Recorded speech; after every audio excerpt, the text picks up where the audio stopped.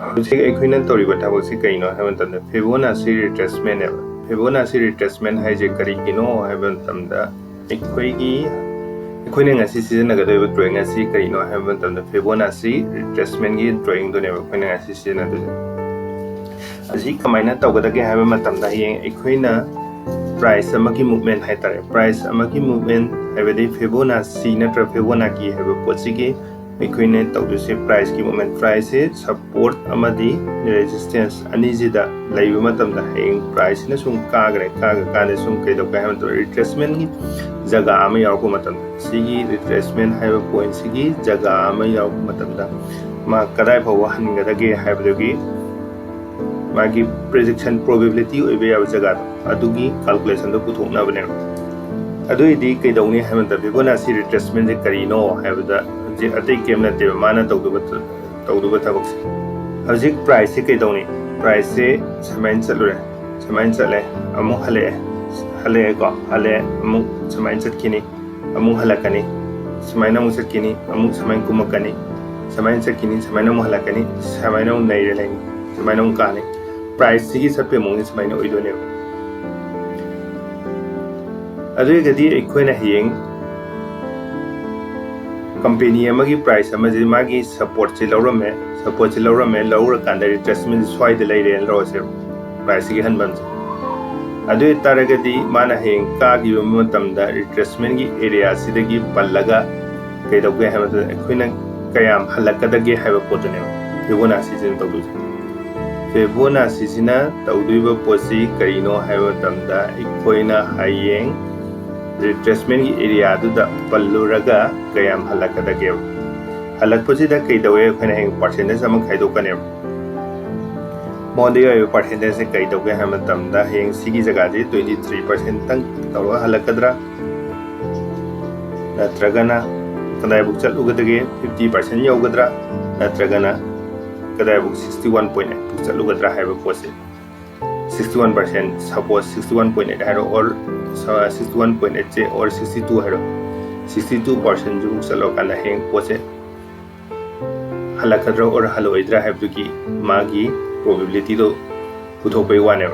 trade सिगी mainly अखोइना हेंग सानादो पोसे अखोइना trader हैबा अखोइजिने trader जे कनानो human being ने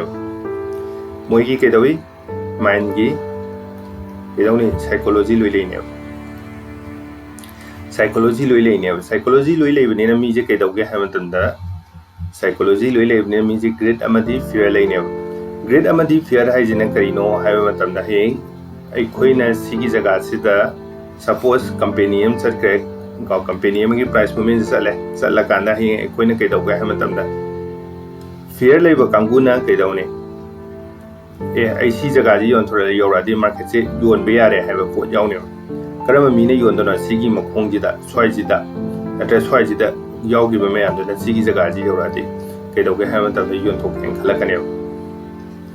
अदि अमुक कैदौगे ग्रेड लेबा कांगुसिना अमुक कैदौगे हैबा तबदा ओ आइजे सिबोक्तदी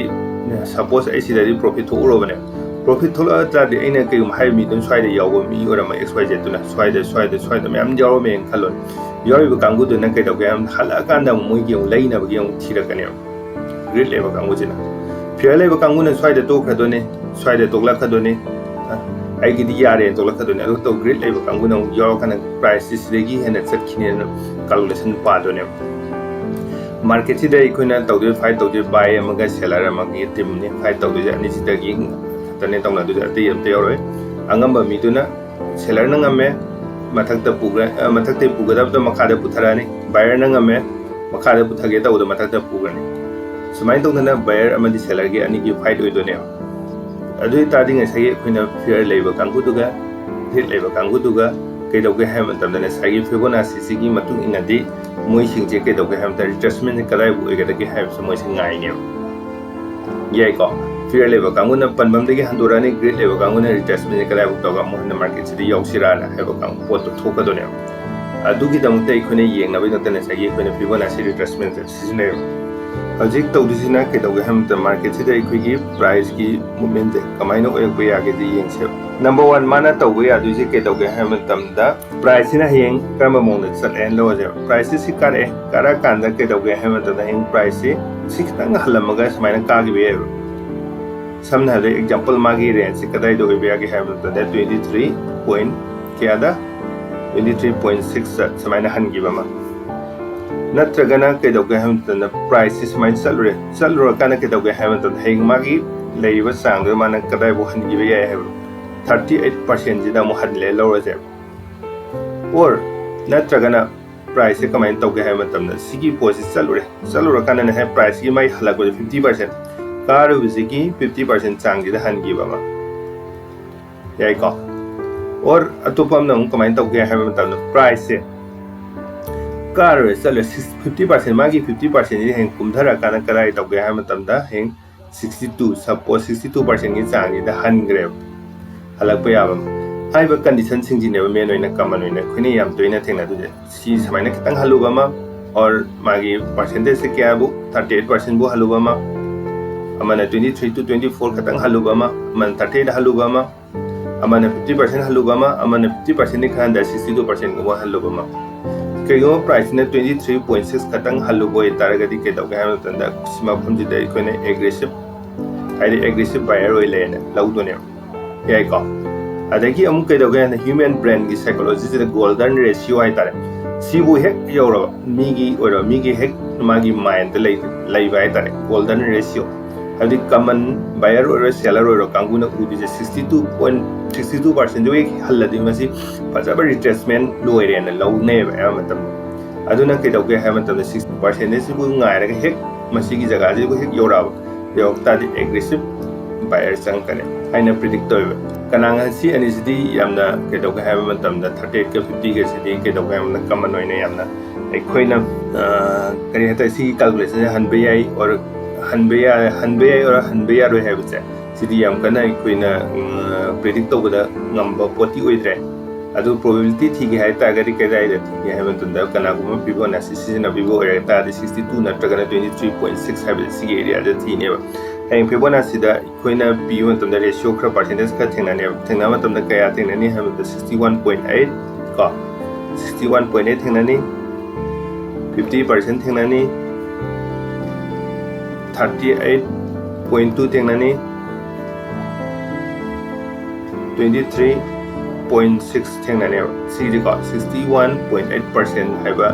sigi area se si golden ratio ko sigi ke dawge hama khoi normal I guessing na ko sigi jaga je yoro di buyer singja changning ngane buyer singje changme mutlai ne hojik adui di Febonnaci amagi mathau je kari no je khoni yenge price mu taw ko matamda 23.6 taw ta gari han gari aggressive buyer oi da de natraga 23.6 38% dagi han bajaw here natraga 50% yaw ko matamda han bajaw or 62% natraga 61.8 ki jaga jida insagi ekhoni karo budagi kitang 50% handana kumak bai tar tang khai gi sang handana kumak ko matamda di kaidawge hamta buyer je documentic phajana chang pu yai mamdi kaina hamta magic golden ratio ni golden ratio di mayamna pamna retracement taw ko da sibo de retracement taw ga di yare khana be area ne adu di khoi ji kai da la se chart tang la se chart te yeng ji chart ta ji yeng khoi ne uri je trading view ne company jen kai company ne ha SBI ha ba company gi ne SBI ha ba company ri khoi na trading view da ure drawing je Febonnaci ha ba drawing je kadai di yaw ni ha ba tam da trading view gi sigi 1 2 3 third chu ba gi kalam je si de yaw ngane sibo ji hangdo yeng se ba yaw ro yaw da ba okay sida FIB drawing gi lokhoke ko no aina FIB retracement na haiji keno shortcut key na keno alt plus F haiba posi keno ha na Febonnaci retracement haiba no sigi poje khone khalane khallo kan hayeng karai da tawga da ge ha matunda swing gi low amaga swing gi high amaga sanjal biro aduga magi poto yenga se de swing gi low lere aduga swing gi high ama thibiro swing gi high swai da ta ni sigi yenga se khone sigi jaga se first of all sidan yenga ko yenga matamda haji uba phange ba khoina kai um khara uba phange karino ai matamda haji yeng se retracement kadai bula ka da game da sigi area se Sigi area si kai dog ham na khoina na sagi 61.8 haiba area se kai dog ham si lai de 50% retracement si da lai ne ba ko adagi 38% gi retracement si na lai ne ba ko adagi amana kai dog hai matam da ekhoi gi 23.6 gi retracement si lai si da rate ai je kai no hai matam sigi jaga je kari oige hai matam da aggressive buyer sing ni si ko tang retrace tok tar ga di kedamai aggressive buyer sing la kan e lai ne yai ko adodi hojik lai je market sina han ge si kara bu oige hai matam da sigi jaga jo halame han baje kadai bu oige hai matam da point je 38.2 ga 50% gi marak ta haline sigi ane gi caps yai ko aduna Fibonacci retracement smaina khini calculate tawgane if sigi pose mo khoina um pam dre ne lo je suppose sigi jaga ji de khoina lo roi lo je anau am yeng che anau am lo je hoji anau bu ji kadai gi tam da ji SBI ji na ji kum ne sigi kum go jaga ji de gi sigi ji bau tel thamme ba heng market sina ma gi jaga ji hali lo je suppose sigi jaga ji retracement lai ne lo je hali lo tar ga di kadai da halaka da gi ha logic to ne mana halak pa yai ba point je kadai gi no sigi 50% gi area se sibo halak ba yai sigi jaga se oi ba yai or magi sigi 38.2 gi percent se sido oi ba or si ani gi karak si oi ba yai hayeng kai gumba sigi halai ba po sina sigi 61.8 je swai jaga je haladi hayeng kai do ga ha buyer me am chang kan sini magi golden ratio hai ba point sini adai kai gumba mana heng si rate lai ba area sibu tang halak ta ga di kai do ne ha ba market sin samai halai lo suppose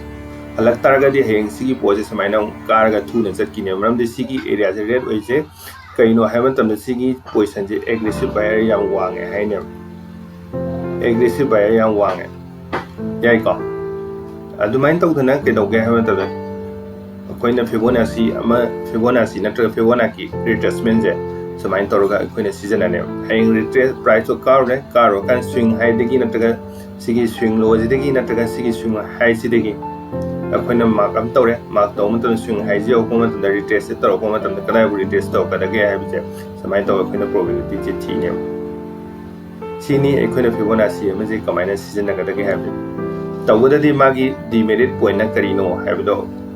magi demerit point kha lai ko demerit point je ate kem na te demerit se kari no ha matam da mangon da magi entry gi logic yaude entry gi logic yaude yani ko entry hai tare entry to uma tam na kamai ni entry to ni aduga magi stop loss se kadai da thangani haiba pot se mon de yaude aduga magi di probability kamai thi ne ja mathandana taw da trade se changmo tam na ngam de koina asida he ngai koina trade changge hai ka da di sida koina moving average hapani khangde pivot season abani khangde natragana akhona support and resistance fadana identify tawthoga tawbani ande